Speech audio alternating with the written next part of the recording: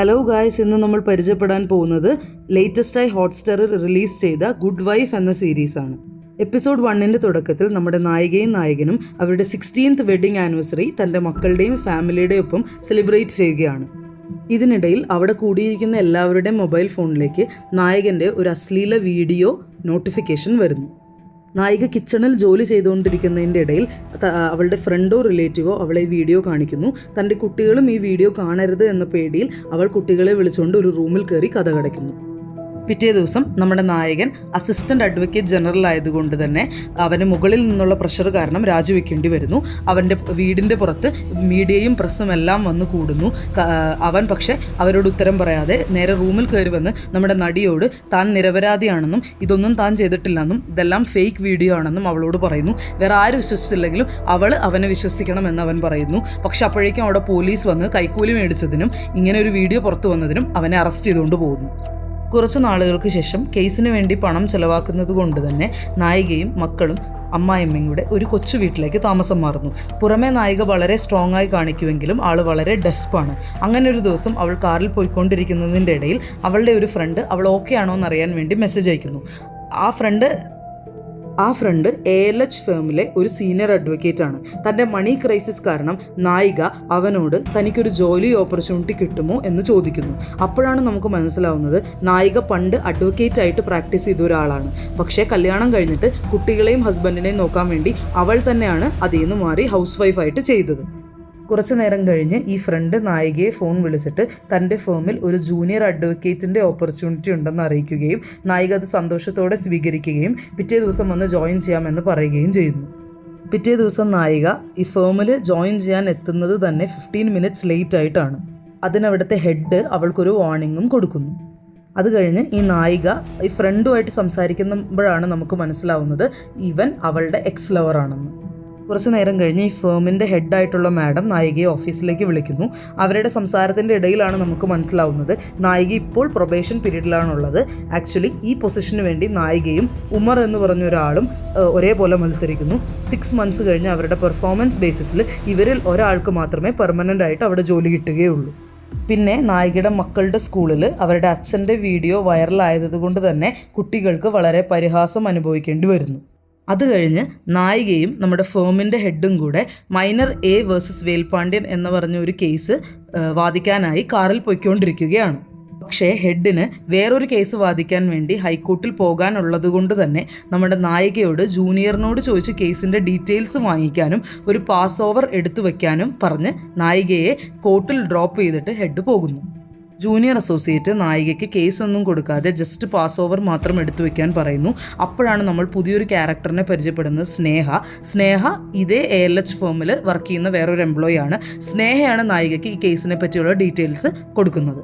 Case details എന്താണെന്ന് വെച്ചാൽ ആദ്യ എന്ന് പറഞ്ഞൊരു മൈനർ ഗേളിനെ കൊണ്ട് അവളുടെ പേരൻസ് ഫോഴ്സ്ഫുള്ളി 8 തവണ അവളുടെ എക്സ് 4 ഹോസ്പിറ്റലിനായി കൊടുത്തു. ഈ 4 ഹോസ്പിറ്റലിൽ ഒരു ഹോസ്പിറ്റലിൻ്റെ കയ്യിൽ നിന്ന് പൈസ വാങ്ങി വേൽപാണ്ഡ്യൻ എന്ന് പറഞ്ഞ ഒരാൾ ആ കുട്ടിയുടെ നെയിമും ഐഡൻറ്റിറ്റിയും എല്ലാം റിവീൽ ചെയ്തുകൊണ്ട് ഒരു വീഡിയോ പോസ്റ്റ് ചെയ്യുകയാണ്. ഈ വീഡിയോ പോസ്റ്റ് ചെയ്തതുകൊണ്ടും ആ കുട്ടിയെ പറ്റി അഗെയിൻസ്റ്റായി സംസാരിച്ചതുകൊണ്ട് തന്നെ പോലീസ് അയാളെ അറസ്റ്റ് ചെയ്ത് വയ്ക്കുന്നു. ഇതെല്ലാം കഴിഞ്ഞ് സ്നേഹ ഒരു കാര്യവും കൂടെ നടിയോട് സൂചിപ്പിക്കുന്നു. അതായത് സ്നേഹ പണ്ട് നടിയുടെ ഹസ്ബൻഡിൻ്റെ ഫേമിൽ വർക്ക് ചെയ്ത ഒരാളാണ്. പിന്നെ എന്തോ കാരണം കൊണ്ട് ഹസ്ബൻഡ് അവളെ പിരിച്ചുവിടുന്നു. അടുത്തത് നമ്മുടെ നായികയുടെ കേസ് ഹിയറിംഗ് ആണ്. അപ്പോൾ നായിക ജഡ്ജിനോട് ഒരു പാസ് ഓവർ ചോദിക്കുന്നു. പക്ഷെ ജഡ്ജ് അത് സമ്മതിക്കാതെ നായികയോട് തന്നെ കേസ് വാദിക്കാൻ പറയുന്നു. നായിക ആദ്യം അത് കേട്ട് പതറുമെങ്കിലും അവൾ അടിപൊളിയായി കേസ് വാദിക്കുന്നു. വാദം എന്തെന്ന് വെച്ചാൽ 18 വയസ്സിൽ താഴെ പ്രായമുള്ള കുട്ടികളുടെ ഫോട്ടോയോ വീഡിയോയോ ഒരിക്കലും ഒരു സോഷ്യൽ മീഡിയയിൽ പബ്ലിഷ് ചെയ്യാൻ പാടില്ല.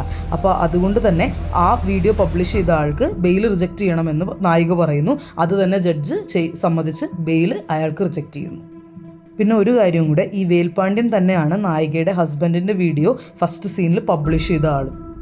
നായിക കേസ് ജയിച്ചതിൽ സന്തോഷത്തിൽ പുറത്തു വരുമ്പോൾ ഈ ജൂനിയർ നായികയോട് സോറി ചോദിക്കുന്നു. അടുത്തത് നമ്മുടെ ഫേമിൻ്റെ ഹെഡും നായികയുടെ ഫ്രണ്ടും കൂടെ സംസാരിക്കുമ്പോൾ ഈ ഫേമിൻ്റെ ഹെഡിന് നായിക കേസ് വാദിച്ചത് അത്ര പിടിച്ചിട്ടില്ല. അവളത് ഫ്രണ്ടിനോട് പറയുമ്പോൾ ഈ ഫ്രണ്ട് നായികയെ സപ്പോർട്ട് ചെയ്ത് സംസാരിക്കുന്നു.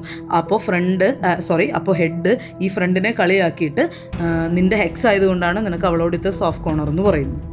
നായിക തിരിച്ച് വീട്ടിലേക്ക് വരുമ്പോൾ ചീത്ത വാക്കുകൾ പറഞ്ഞുകൊണ്ട് ഗെയിം കളിച്ചുകൊണ്ടിരിക്കുന്ന മോനെയാണ് കാണുന്നത്. അതിനവൾ അവനോട് ചൂടാകുമ്പോൾ അവൻ്റെ ഫ്രസ്ട്രേഷനാണ് തീർക്കുന്നത്. അവൻ്റെ ക്ലാസ്സിലെ കുട്ടികൾ ഈ വീഡിയോ കണ്ടിട്ട് അവനെ കളിയാക്കുന്നു, ഒറ്റപ്പെടുത്തുന്നു എന്ന് നായികയോട് പറയുന്നു.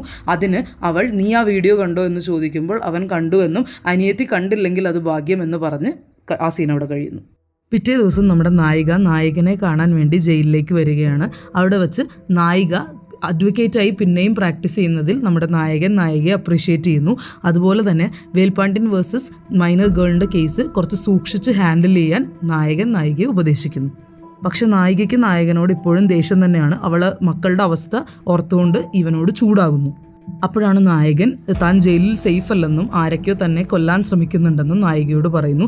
അതുപോലെ തന്നെ നായികയോട് പുറത്ത് മീഡിയയുടെ മുമ്പിൽ ഒന്ന് കരഞ്ഞ് പറയണമെന്ന് പറയുന്നു. പക്ഷെ നായികയ്ക്ക് അത് ഇഷ്ടപ്പെടാതെ അവനോട് ചൂടായി എൻറ്റു പോകുന്നു. അപ്പോഴാണ് നായകൻ താൻ ജയിലിൽ സേഫ് അല്ലെന്നും ആരൊക്കെയോ തന്നെ കൊല്ലാൻ ശ്രമിക്കുന്നുണ്ടെന്നും നായികയോട് പറയുന്നത്. പുറത്ത് മീഡിയയും പ്രസ്സൊക്കെ ഉള്ളതുകൊണ്ട് നായികയോട് ഈ സിറ്റുവേഷൻ അവരോട് പറയാനും കുറച്ച് സിമ്പതി കിട്ടാൻ വേണ്ടി അവരുടെ മുന്നിൽ കരയാനും എല്ലാം പറയുന്നു. അങ്ങനെ അവന് സിമ്പതി കിട്ടാനും ബെയിൽ കിട്ടാൻ ചാൻസ് ഉണ്ടെന്നും അവൾ നായികയോട് പറയുന്നു. പക്ഷേ നായികയ്ക്ക് ഇത് ഒട്ടും ഇഷ്ടമാവുന്നില്ല. അവൾ അവനോട് ചൂടായിട്ട് ജയിലിൽ നിന്ന് ഇറങ്ങി പോകുന്നു.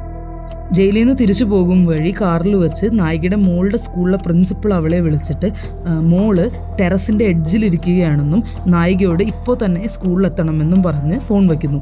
അപ്പോൾ തന്നെ നായികയുടെ ഫ്രണ്ട് ലോ ഫേമിൽ നിന്ന് വിളിച്ചിട്ട് 5 മണിക്ക് എത്തണം എന്ന് പറഞ്ഞതുകൊണ്ടാണ് നായികയെ പുറത്തു വിട്ടതെന്നും ഈ 5 മണിക്കൊരു മുഖ്യമായ കോൺഫറൻസ് ഉണ്ട്, എത്തണമെന്നും പറഞ്ഞ് ഫോൺ വയ്ക്കുന്നു. അങ്ങനെ ഒരു ഡിഫിക്കൽട്ട് സിറ്റുവേഷൻ നായികയെ കാണിച്ചുകൊണ്ടാണ് ഈ എപ്പിസോഡ് തീരുന്നത്. വീണ്ടും അടുത്ത എപ്പിസോഡിൽ കാണാം. ബൈ.